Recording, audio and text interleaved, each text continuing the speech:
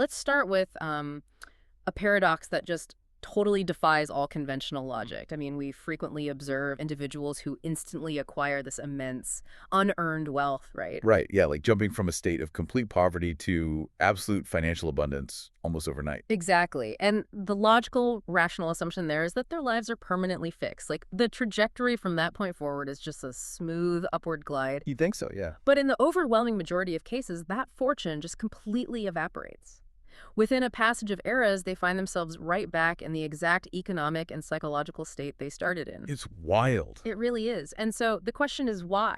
Like, why does human nature, and perhaps the very fabric of our environment itself, seem to violently reject these sudden, massive upgrades to our reality? Well, I mean, it is the ultimate question of human behavior. Oh, And it really exposes a fundamental flaw in how we understand progression in the first place. how do you mean?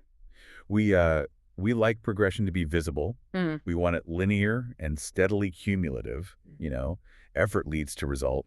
right, the whole A to B path. Exactly. But when you step into the arena of total personal transformation, that linear blueprint is just completely useless. Wow. Useless. Totally useless. Yeah. Because you aren't just building something new, Yeah. You're actively dismantling an established architecture. And that process is fiercely adversarial. Yeah, it is the absolute definition of unseen, intense friction. And I actually want to ask you, the listener, to recall a very specific moment in your own life right now. Mm. Think back to a time when you decided, with absolute unwavering certainty, to completely change your trajectory. You committed to a new mindset, a higher standard, a profoundly better version of yourself. We've all been there. Right. And in that initial moment, the clarity is just intoxicating. You feel untouchable. Oh, yeah. You feel as though you finally cracked the code of your own existence. Uh-huh. I mean, the internal shift is so powerful, it almost feels physical. Like a rush of pure oxygen to the brain, right? Exactly. You envision the path forward, and it seems entirely navigable, like nothing can stop you. Yes. But then, and this is the crazy part, almost immediately, reality seems to violently disagree with you. Always. Everything goes sideways, the friction hits. And that is exactly our exploration for today. We're navigating that unseen, intense resistance that arises the very moment we try to shift our personal reality. Which is such a crucial topic. It really is. Our mission in this discussion is to understand the hidden mechanics of why true personal change is so fiercely opposed by our own environment. And, more importantly, how to maintain a new state of being when everything around you just seems designed to pull you backward. Because that's the real test, right? Exactly. We're moving past the superficial advice today. We're looking straight into the psychological and biological machinery of transformation. It truly is the core paradox of human potential. Because stepping into a new version of yourself, finding that elevated frequency of existence, that's actually the easy part. Wait, really? The easy part? I mean, relatively speaking, yes. The actual challenge, the true test of an individual's fortitude, is maintaining that state when the surrounding environment pushes back with this immense, almost incomprehensible magnitude. Oh, I see what you're saying. Yeah, it's not about reaching the peak. It's about surviving the storm that immediately tries to blow you off the mountain once you get there. That's a powerful way to put it. And we're going to unpack exactly how that storm operates. Because once you understand its mechanics, it stops being this terrifying, unpredictable thing. Right? Exactly. It starts becoming a mechanism you can anticipate, you can neutralize it, and even use it. So let's dismantle the biggest myth right out of the gate. The idea of the smooth path. Oh, yeah. The smooth path is a total illusion. Right. There's this incredibly pervasive misconception that personal growth is a serene, unobstructed journey. We're sold this idea that if you are doing the right things, thinking the right thoughts, the universe will just roll out a red carpet for you. It's a beautiful fantasy. But it fundamentally ignores the foundational mechanic of the cosmos itself. Not to mention the basic biology of the human nervous system. Okay, let's get into that. So, to understand why the path isn't smooth, we have to look at a principle we can call energetic equilibrium. Energetic equilibrium. Yeah. The universe inherently prefers a balanced equilibrium. It desires a state of sheer, undisturbed convenience. Okay, let's stop right there and ground this. Because terms like energetic equilibrium can start to sound a little esoteric if we aren't careful. Fair point. What are we actually talking about here? Are we talking about physics, biology, psychology? What is it? Well, we're talking about all of them. Because this principle scales across every domain of reality. Okay, give me an example. Let's look at it through the lens of biological homeostasis. Any complex system, whether it's a cellular organism, a massive biological ecosystem, or even the intricate neural networks of human consciousness, it naturally settles into a rhythm. Like a baseline. Exactly. It finds a baseline. It likes balance because balance requires the least amount of metabolic energy to maintain. Hmm. The system, in its grand design, prefers convenience over complexity. So it wants things to stay the same. It wants everything exactly where it has always been, because that ensures an endless tide of predictability. Okay, so if I wake up one morning and decide I am no longer going to be the person who procrastinates, who accepts mediocrity, who lives in fear, I am essentially becoming a massive metabolic problem for the system. Yes, I'm threatening the predictability. precisely. Let's examine the neuroscience of this for a second. Hmm. Your brain has spent a vast constellation of repetitions myelinating the neural pathways of your old habits. Making them super efficient. Super efficient. Those pathways are thick, fast, and incredibly energy efficient. So when you drastically alter your internal state, you are forcing the brain to bypass those efficient highways. Oh, wow. Yeah, you're making it hack through this dense, unmapped jungle of new behavioral patterns. And this requires an immense magnitude of glucose and cognitive effort. You become an anomaly. You stick out. You stick out. You are suddenly vibrating at a rhythm, meaning your neurons are firing in a novel, demanding sequence that just doesn't match the established hum of your surrounding environment Rawr. or your internal baseline. You've broken the equilibrium. You completely ruptured it. And the natural, automatic, and entirely impersonal response of any balanced system is to force anomalies back into their original configuration. So it's not personal. Not at all. It's simply an act of self-correction. The system just wants to hammer the nail back down so the surface is smooth again. I mean, it doesn't do this out of malice. It does it to conserve energy and maintain that endless tide of predictability. Exactly. Which brings us back to that phenomenon you mentioned at the start. The sudden wealth evaporating. Right. The people who suddenly acquire a vast magnitude of wealth and then lose it all. Yeah. It's the perfect, tragic illustration of energetic equilibrium in action. Because they change the outside but not the inside. Exactly. They stepped completely outside the confinement of their established reality. Their external world changed drastically, but because they hadn't fundamentally changed their internal state, their own psychological baseline, they were an anomaly. And the system corrected itself. The system simply corrected itself. They unconsciously engaged in self-sabotage, poor investments, chaotic behavior, until the external environment matched the internal equilibrium once again. Man, that is wild to think about. It's like, imagine a solitary spark flying out of a campfire. Oh, I like that analogy. Right. So the spark is burning white hot, full of potential, completely different from the dark environment around it.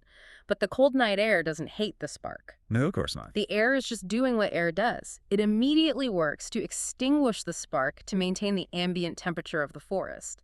We constantly think the universe is actively punishing us when things get hard, but it's really just a vast, impersonal thermostat trying to regulate the room. That is a phenomenal conceptualization. Yeah. Yeah, the environment acts as a thermostat set to your old identity. When you start generating the intense heat of a new identity, the thermostat just kicks on the air conditioning to cool you back down to your historical baseline. It's a protective mechanism, really, albeit a misguided one when we're actually trying to evolve. So if we accept this, that our own biology and our environment act as an impersonal thermostat enforcing equilibrium, it completely changes how we should interpret resistance. It changes everything. Right. It means the pushback isn't a sign that we're doing something wrong. It's the ultimate proof that we are actually doing something right. We finally generated enough heat to trigger the system. We've tripped the alarm. Yes.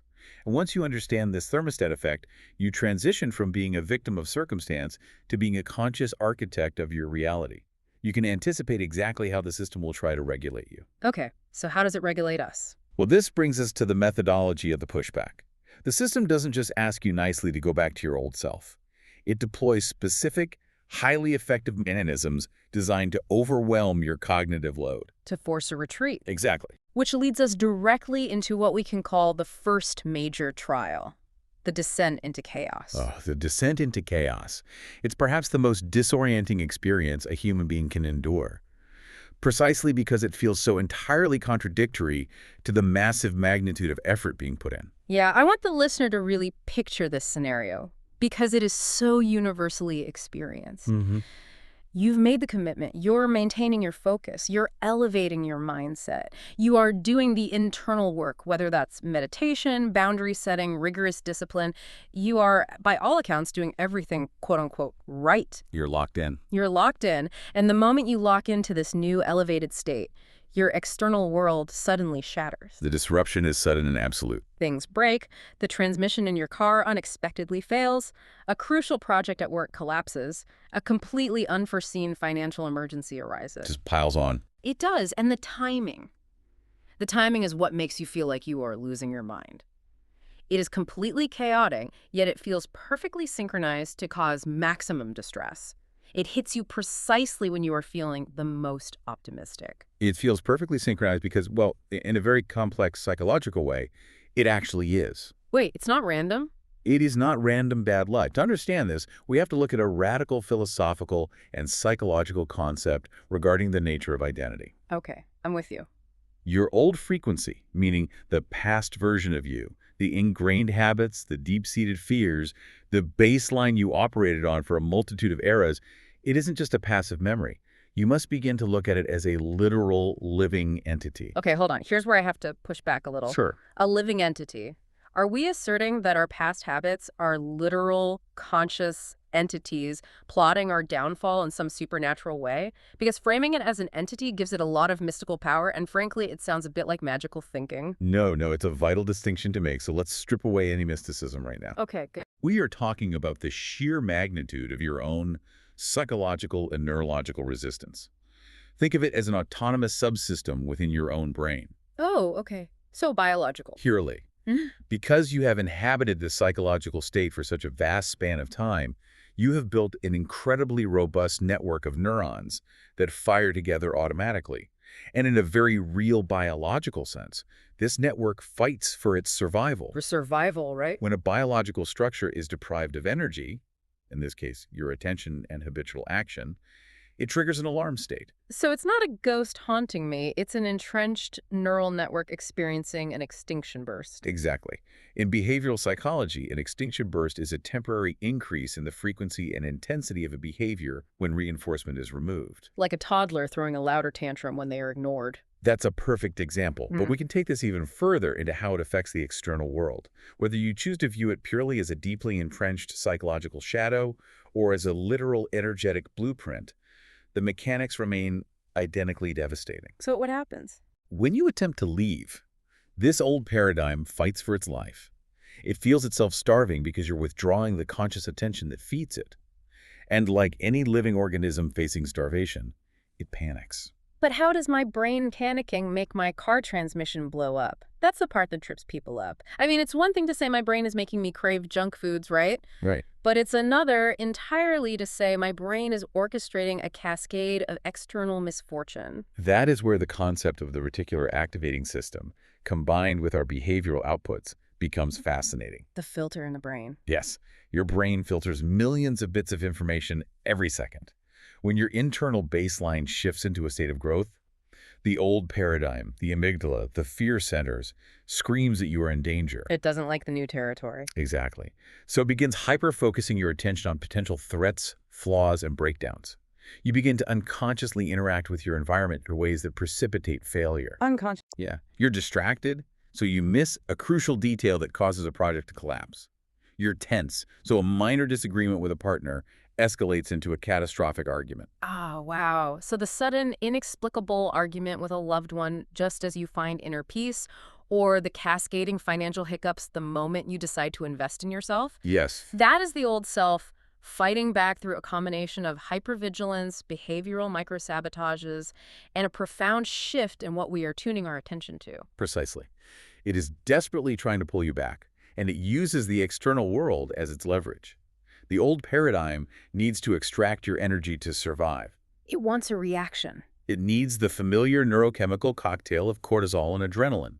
And the only way it can bridge the gap between your new elevated state of calm focus and its lower baseline of familiar chaos is by manipulating your perception and reactions to the environment. Dragging your state back down. Dragging it all the way back down. It's almost parasitic. I mean, it's orchestrating or at least intensely amplifying chaos to feed off the reaction. It is entirely parasitic. It's trying to force you into a state of immense frustration, anger, or despair. Because if it can make you feel those things, it has successfully pulled you back into its frequency. You're producing the old You're chemicals. firing the old pathways, and the old identity gets a massive feast of energy. Wow. This perfectly bridges into understanding why the old self uses chaos specifically. It's not just about making your life inconvenient, is it? No. It's about harvesting a very specific type of fuel, which honestly opens up a really profound discussion on the true nature of human emotion. Why is emotion the key to all of this? Well, we often treat emotions as just the exhaust fumes of our daily experiences. Right, like an afterthought. We think, okay, things happen in the physical world, and we feel a certain way as a passive result. But that is looking at the engine completely backwards. Emotions are not the exhaust, they are the combustion, The fuel. the fuel. The chaos of the first trial is specifically surgically designed by your deeply ingrained defense mechanisms to make you feel anger, despair, and sheer frustration. Because those are strong. They are among the most powerful generative energy sources in human biology. They're the fundamental language of the subconscious mind. Exactly. The subconscious mind does not speak in logic. It doesn't speak in rational business plans, intellectual arguments, or daily affirmations.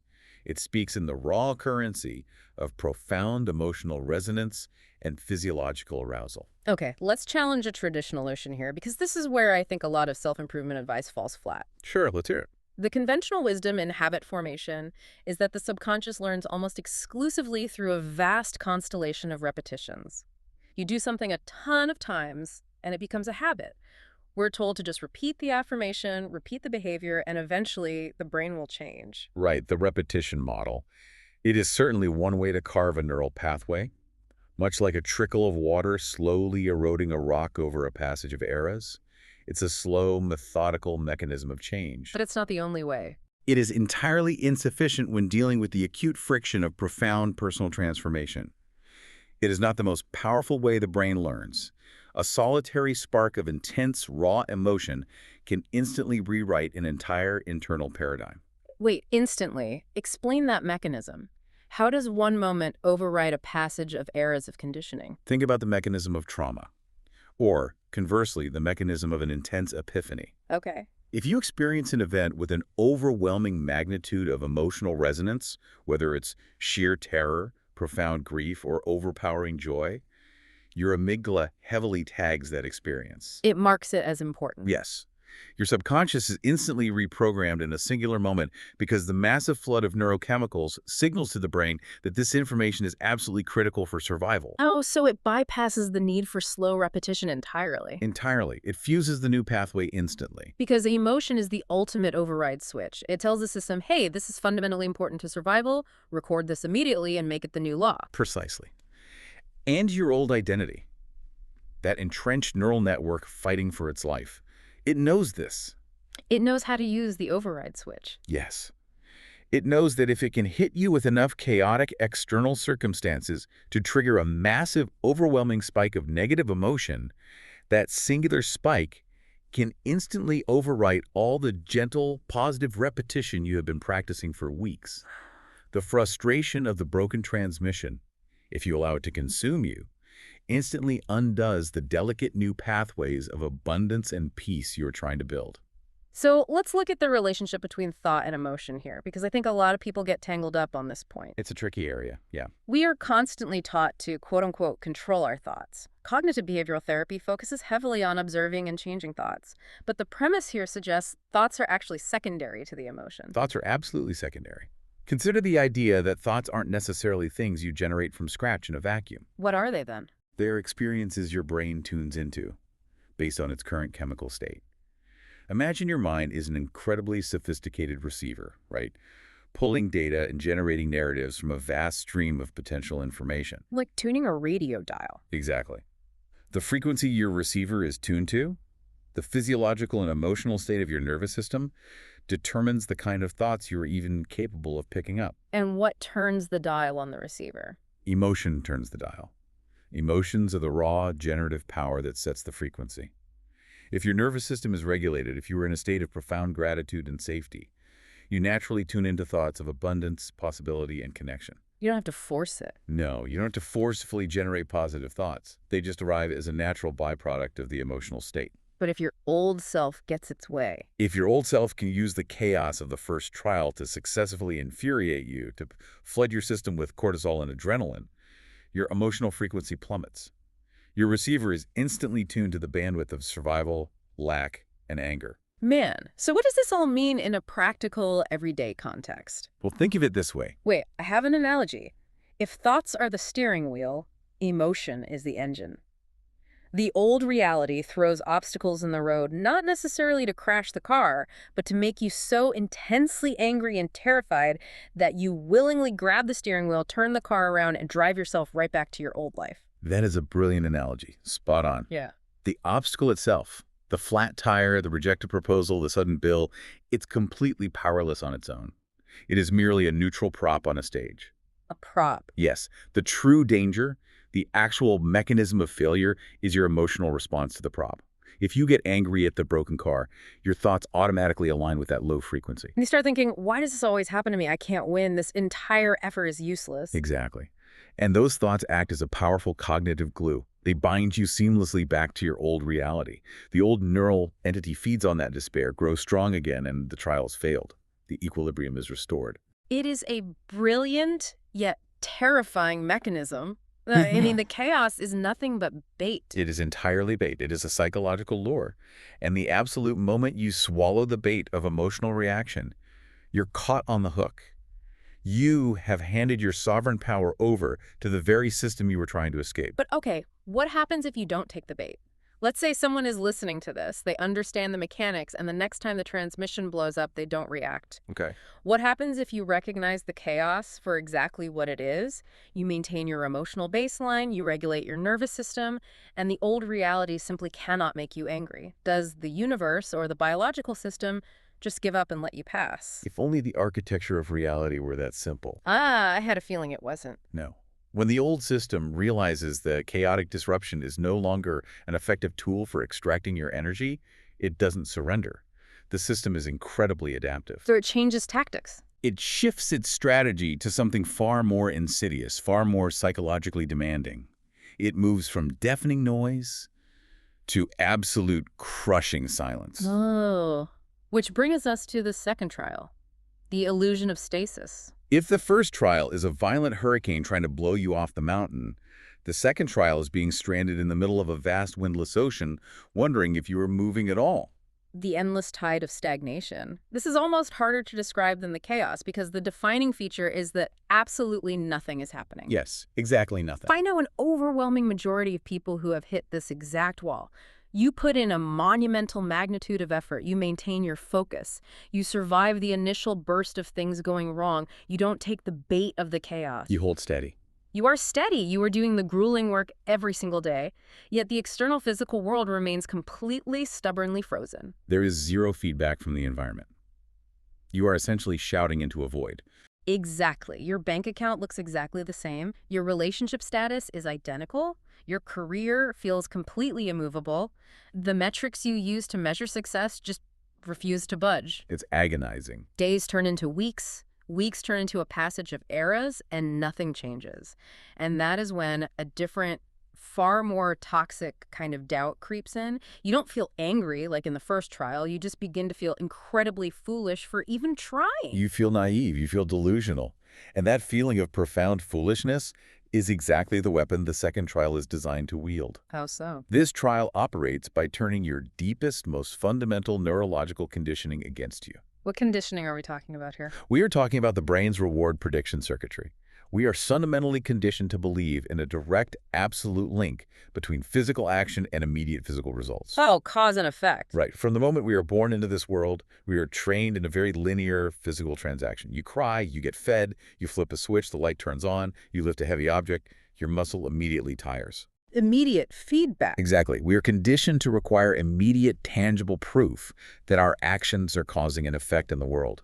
This is how the brain learns what is valuable and what is a waste of energy. Right. If I push a boulder, it should roll. If it doesn't move after I exert maximum effort, the logical conclusion is that my push had no power and I should probably stop wasting my energy. Precisely. And that logic makes sense for pushing boulders. but it is entirely destructive when applied to complex personal transformation. Why is it destructive? The profound revelation we must grasp here is that the physical realm, the world we can see, touch, measure, and deposit in a bank, is entirely the realm of effect. It is the dense, slow-moving end of the line. The result? It is the printer outputting the document. The mental realm, the internal physiological and psychological baseline, is the realm of cause. It is the supercomputer where the document is actually typed and formatted. Wow, that distinction clarifies so much. The physical world is just the realm of effect, while the internal world is the realm of cause. And physical reality is notoriously, agonizingly slow to catch up. It is dense material. It takes an immense magnitude of time for the physical realm to reorganize itself to match a new internal cause. So there's a lag. A huge lag. The system weaponizes this biological delay. It uses stasis to generate a massive dopamine prediction error, frustrating you to the core. It knows that if you depend on seeing immediate physical change to validate your effort, the prolonged lack of change will eventually crush your spirit. You'll give up. You will conclude that the cause is broken because the effect is delayed. So are we basically asserting that relying on physical proof during a period of transformation is a trap? Relying on physical proof during a transitional phase is not just a trap, it is the exact mechanism of failure. Man.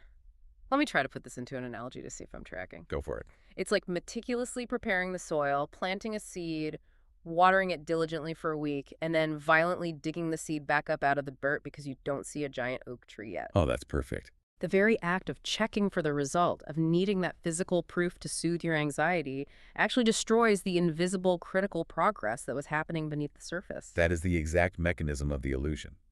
By digging up the seed, you are operating from a psychological frequency of doubt and lack. Because you're scared it's not growing. Right. Your nervous system is broadcasting the signal, I do not have the tree, I am anxious, and I fundamentally do not trust the process. And because the reality you experience reflects your true internal physiological state, not just your physical actions, it matches that vibration of lack. And so the stasis continues. The environment remains frozen because your internal state is frozen in anxiety. So if demanding physical proof destroys the process, what is the alternative? How are we supposed to measure our progress? How do we know aren't just completely delusional if we can't look at our external reality for validation? This leads us to the ultimate redefinition of what it actually means to master one's reality. True, profound change is not about shifting the physical world first. Yeah. It is not about forcing the outside to look different through sheer willpower. Then what is it? True change is shifting internally to such an intense magnitude that you are completely, utterly liberated from the emotional dependence on seeing the physical reality change at all. Wait, let's pause here and really examine what this means, because this flips the entire script of goal setting on its head. You're saying the goal isn't actually to get the result. Exactly. The goal is to become the person who no longer desperately needs the result to feel complete or successful. Yes. When you no longer need the external world to change in order to validate your internal state, you have completely unplugged from the matrix of the old reality. You've detached. You have starved the second trial of its only weapon. The stasis no longer frustrates you because your emotional baseline is no longer tethered to the physical reflection. You are whole within yourself. You're finding peace regardless of the outcome. Your dopamine is generated by the act of alignment, not the reward of the outcome. And the supreme, beautiful irony of the cosmos is that the exact moment you truly no longer need the physical reality to change is almost always the exact moment it finally does. Because the friction is gone. You aren't digging up the seed anymore. You aren't constantly interrupting the process with your own anxiety. You've removed the internal resistance. The energy flows unimpeded from cause to effect. The delay closes. Okay, we have thoroughly outlined two incredibly aggressive defense mechanisms the system uses to maintain its equilibrium. We have the descent into chaos, which uses violent noise and disruption to provoke a reaction of anger. Right. And we have the illusion of stasis, which uses agonizing silence and delay to provoke a reaction of doubt. They are opposite tactics, but they both strike at the exact same vulnerability. Which brings us to the turning point. How do we navigate this dense minefield? Right. How do we, as conscious architects of our own lives, walk through these psychological and environmental traps without triggering the mechanisms? Because the common denominator of both the first and second trial is their desperate absolute demand for an emotional reaction. Exactly. The chaos demands that you become furious. The stasis demands that you become hopeless. So the master key to passing both tests has to be related to entirely neutralizing that demand. The master key is achieving and sustaining a profound state of non-reaction. Non-reaction. I have to say, it sounds simple. It almost sounds passive, like you just sit there and take it.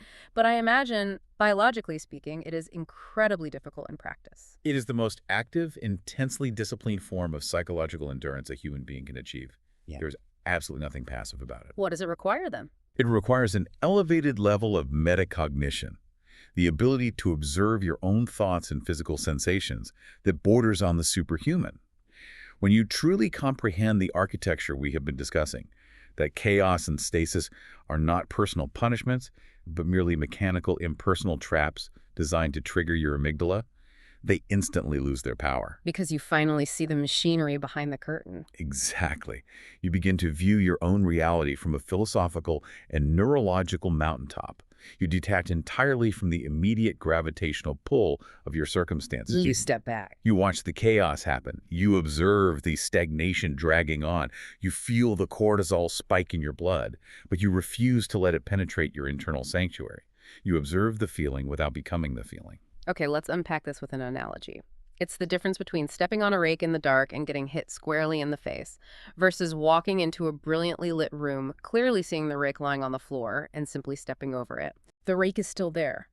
The obstacle exists in physical reality, but your awareness of what it is and what it is mechanically designed to do completely neutralizes its threat.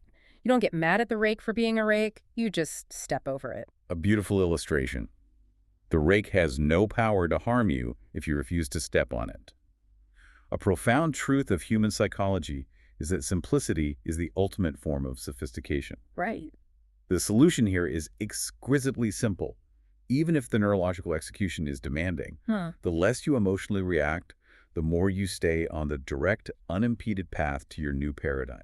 By not reacting, you are literally starving the old neural pathways. You are systematically cutting off their food supply. When something goes disastrously wrong and your old neural network expects a massive feast of anger, panic, and cortisol, and instead you offer only a calm, detached observation, the system is testing the new baseline. The old frequency withers. It dies out. It experiences synaptic pruning.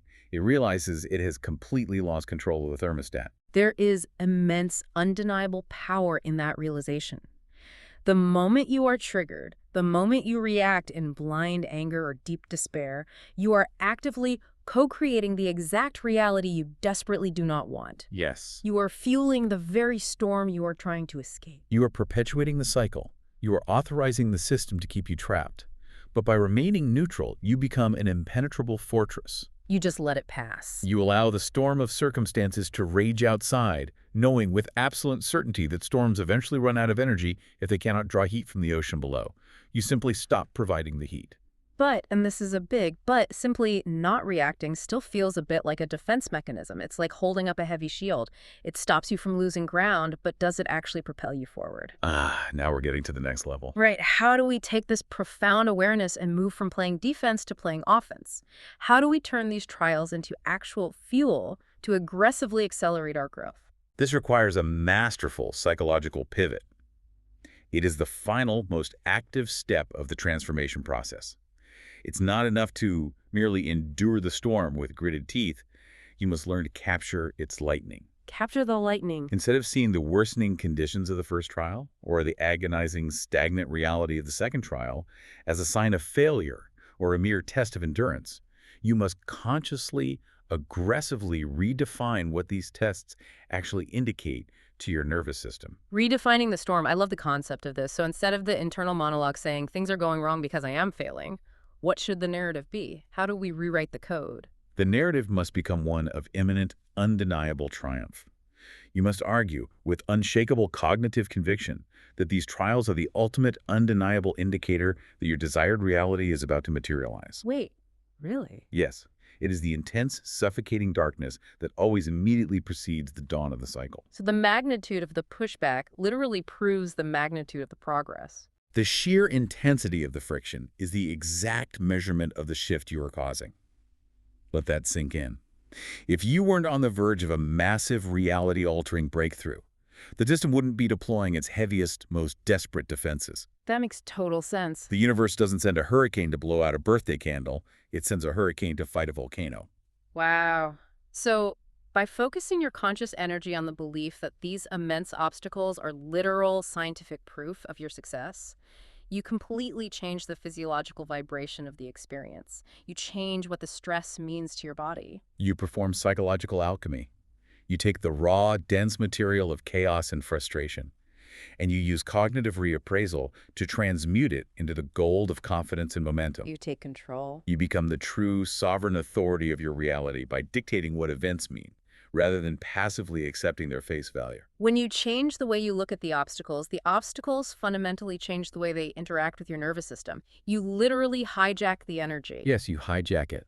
You take the very energy the environment used to try and hammer you back down into equilibrium, and you use that exact force to forge your new path forward.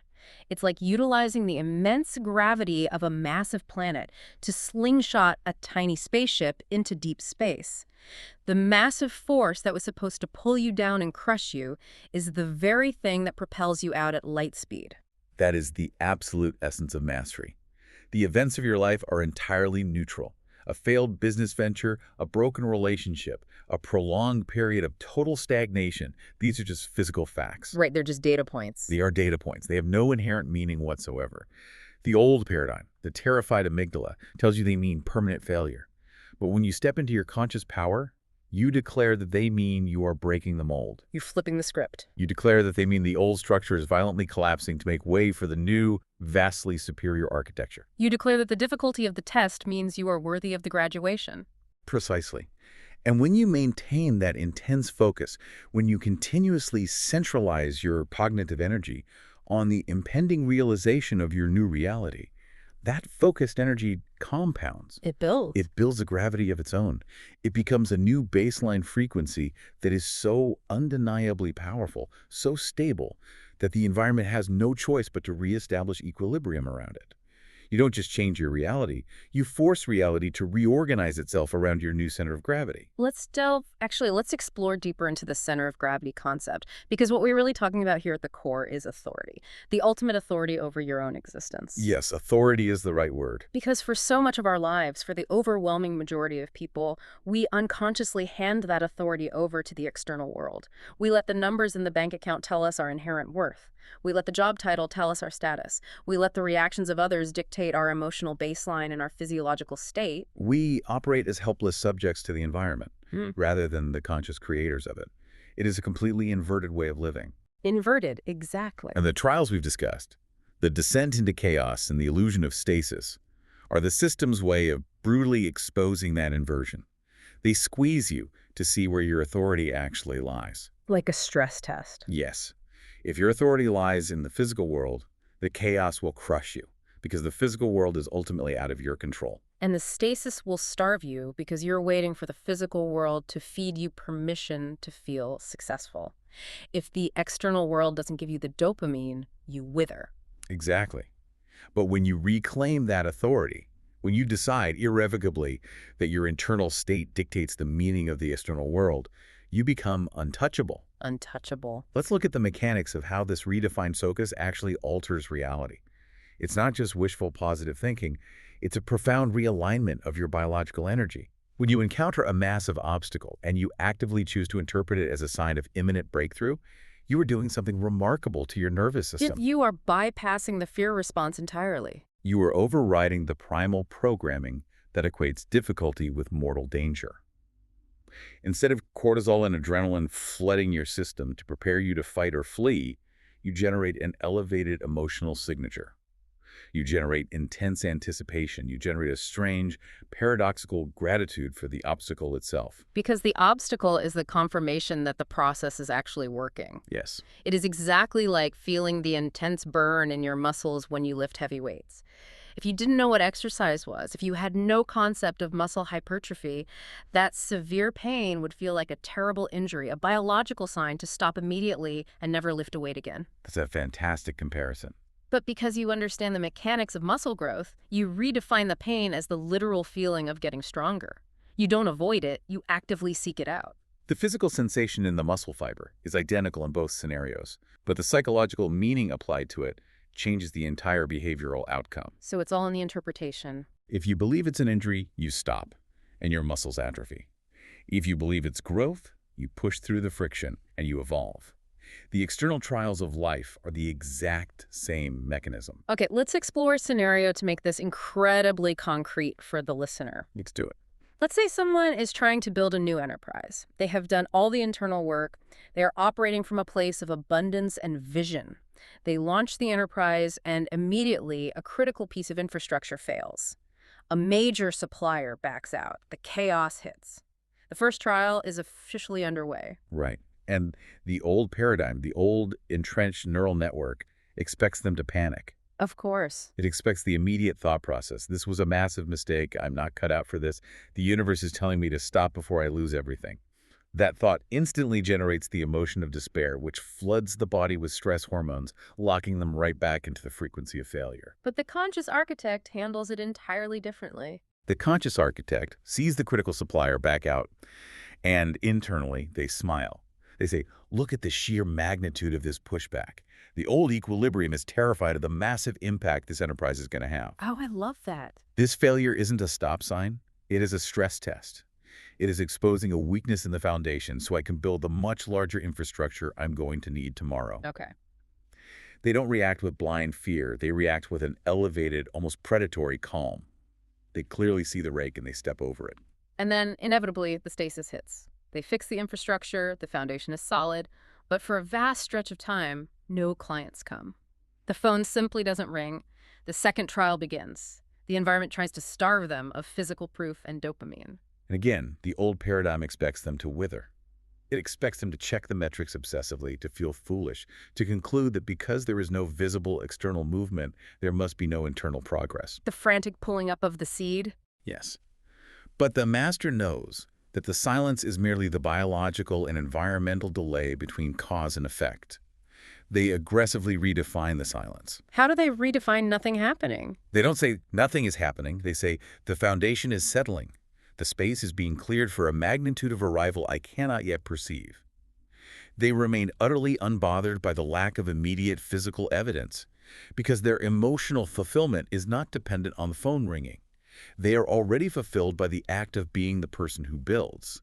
And because they don't break, because they refuse to generate the emotion of lack, the system eventually runs out of ammunition, the resistance collapses, and the new equilibrium is established. It's inevitable. The new reality manifests not as a magical reward for hard work, but as a physical necessity to match the undeniable sustained gravity of their internal state. It becomes an absolute inevitability. It is no longer a wish or a hope. It is a structural mandate of the cosmos. This entire framework completely flips the script on how we experience hardship. It takes the concept of victimhood out of the equation entirely. It leaves no room for it. It demands total, uncompromising responsibility, which is exactly why it is so exceedingly difficult for many to adopt. It is much easier, much more comfortable to believe that the environment is just having a bad day and taking it out on you, or that certain people are simply lucky and others are cursed. Right, it lets you off the hook. To accept this framework is to accept that you are the ultimate solitary arbiter of your own experience. It means that when you fail the test, when you give in to the anger or the doubt, you have to own that failure completely. But that total ownership is exactly where the infinite power lies. If you are entirely responsible for the failure, you are infinitely responsible for the victory. If the massive obstacle is just a reflection of your own historical shadows, then you have the absolute power to dissolve it simply by outgrowing the shadow. Which brings us to a crucial, often overlooked element of this process: profound compassion for oneself during the transition. Yes, let's be realistic. When an individual first attempts to navigate these trials, they will inevitably fail. They will react. They will get furious at the sudden chaos. They will feel crushing despair during the endless stasis. It's the default human biological setting. Our nervous systems are wired over a passage of eras of evolution to react instantly to our environment for survival. Precisely. We cannot fight biology overnight.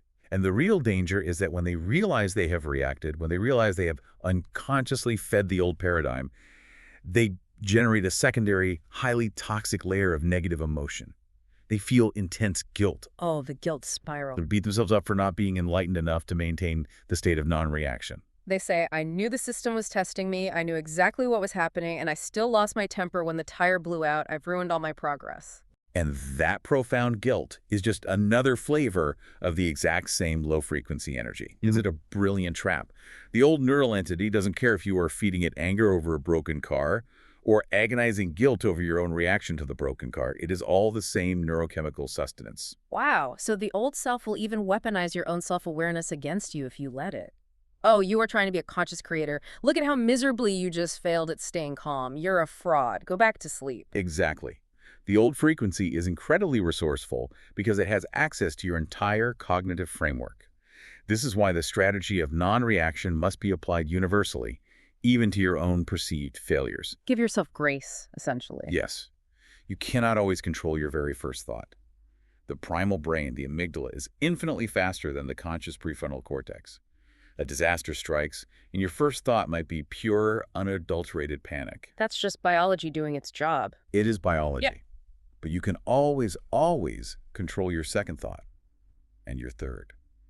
The true master is not the one who never feels the initial spike of fear or anger. The master is the one who catches the spike before it becomes an emotional baseline. You interrupt pattern. You observe the panic. You recognize it as the programmed autonomic response of the old entity, and you consciously choose not to inhabit it. You say, there's the fear response. Fascinating, but that is not who I am anymore. You break the circuit before the current can lock in and start running the machine. You step completely out of the current. You reestablish the elevated metacognitive awareness. And every single time you do that, every time you catch yourself reacting and consciously choose to return to a state of neutral observation, you are actively myelinating the new neural pathways. You're building the physical muscle of the new equilibrium. It's a constant minute-by-minute calibration. It's not a grand one-time decision you make on a mountaintop. It is a thousands of times a day decision to choose the higher ground in the mundane moments of life. It is the relentless, uncompromising pursuit of alignment. And as you sustain that alignment, something miraculous begins to happen to your perception. The external trials don't necessarily stop occurring, but your experience of them fundamentally transforms. The filter changes. The chaos stops feeling like a violent personal attack and starts feeling like an intriguing puzzle to be solved. The stasis stops feeling like a suffocating prison and starts feeling like a spacious sanctuary of preparation. You stop fighting the heavy current and start riding the immense wave. You know, this brings up another fascinating layer to all of this. What's that? If our external reality is essentially a reflection of our internal baseline, and our old internal state acts as a mechanism trying to pull us back, what role do other people play in this ecosystem? Because let's be honest, it rarely feels like just an abstract, solitary battle against the universe. More often than not, the most intense friction comes directly through the people closest to us. That is a brilliant and absolutely necessary observation. Yeah. We do not exist in a vacuum. The people in our lives are often the primary vectors through which energetic equilibrium enforces itself. The people closest to us. Remember the foundational rule. A balanced system wants everyone to remain exactly where they are. Your peer group, your family, your colleagues, they have all calibrated their own internal frequencies to harmonize with your old identity. We are all interlocking cogs in the exact same machine. Yes. And when you decide to change, when you start vibrating at a different rhythm, you force all of their gears to grind.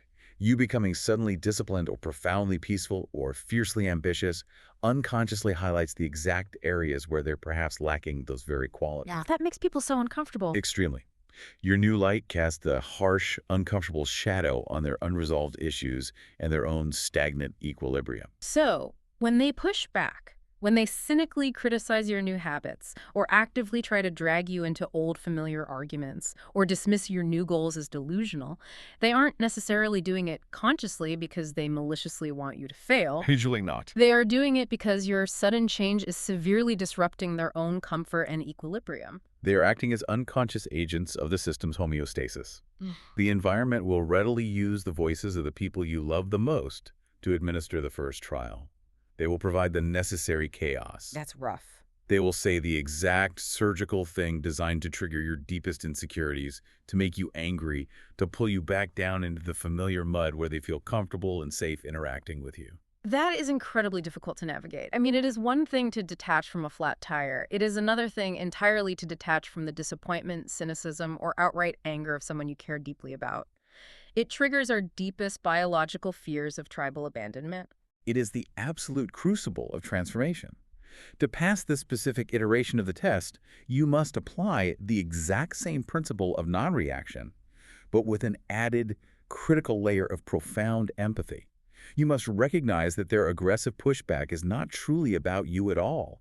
It is entirely about their own fear of the shifting equilibrium. You have to step over the rake, even when the rake is being violently swung by someone you love. You observe their reaction, you understand its mechanical and psychological origin, but you absolutely refuse to let it alter your trajectory. You do not argue. You do not defend your new frequency, because the very act of defending it requires you to engage on their lower energetic plane. You just exist in it. You simply embody the change. You become an immovable object of peace and absolute certainty in the face of their chaotic resistance. And eventually, one of two things must happen. Either they are forced to recalibrate their own frequency to match your new elevation, or they naturally fade out of your reality because the vibrational mismatch is simply too great for the system to sustain. The environment will always sort itself to match the dominant frequency. That is the ultimate, unbreakable law of the system. If you maintain the high ground with unyielding resolve, the landscape below you must eventually reorganize to support your new position. This entire exploration, it completely reframes the human experience. We are not fragile, passive beings at the mercy of chaotic, random events. We are not victims of a system that is out to get us or even indifferent to us. No, we are not. We are conscious creators, navigating an environment that is actually functioning perfectly according to its design. The environment is merely reflecting our internal fortitude, challenging us to literally prove the biological and psychological validity of our own evolution. The environment is a perfect mirror, and it is a fiercely rigorous teacher. It demands that you earn your evolution. Overcoming these tests, the violent descent into the noise and the agonizing endurance of the silence, is never a punishment. It's the initiation. It is the ultimate proof of our human potential. It is the necessary friction required to turn coal into diamond. Without the intense pressure of the trials, the internal shift would remain merely theoretical. It is only in the fire of extreme resistance that the new identity is actually forged and solidified into undeniable physical reality. So, what does this all mean for you listening to this right now? The next time you make a profound, unwavering decision to build a better life and immediately the sky seemingly falls, or you pour your heart and soul into a vision and you are met with an agonizing, impenetrable wall of silence.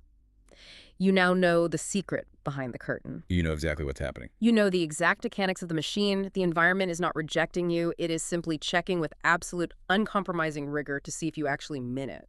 It is asking for your definitive answer.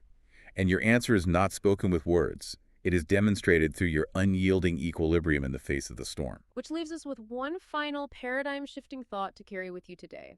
If our greatest external obstacles, the chaos, the stasis, the intense friction, are merely the echoes of our past selves begging us not to leave, what does it truly say about the infinite, unstoppable nature of who we are destined to become once we simply refuse to look back?